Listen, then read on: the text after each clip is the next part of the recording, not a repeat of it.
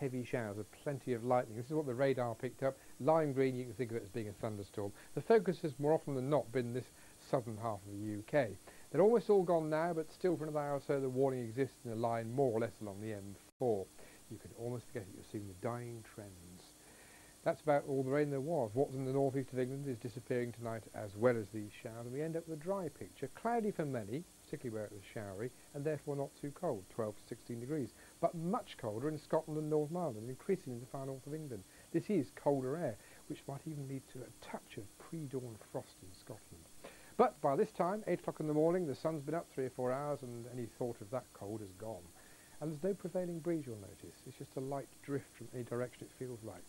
So, gone will be the cold feel of more autumn down the northeast side of England, as was the case during today. Headingley it was 13 degrees. Well, we start not much off that, and it's promising. The showers are still scattered around the home counties. They're not as big, nor as frequent, and this is still the fairly warm area to be.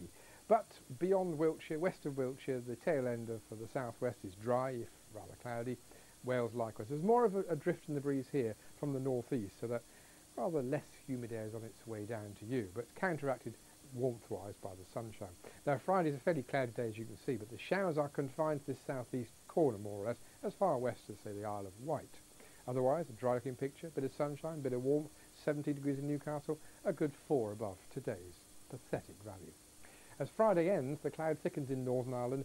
This is an incoming Atlantic front. It'll bring some rain, and during Saturday it reaches halfway into Britain. Not much rain on it, I have to say, and the warmth ahead of that is shown by 24 degrees in London and 21 in Newcastle. On Saturday night, that's the front that brought the rain. It's weak, it's on its way out.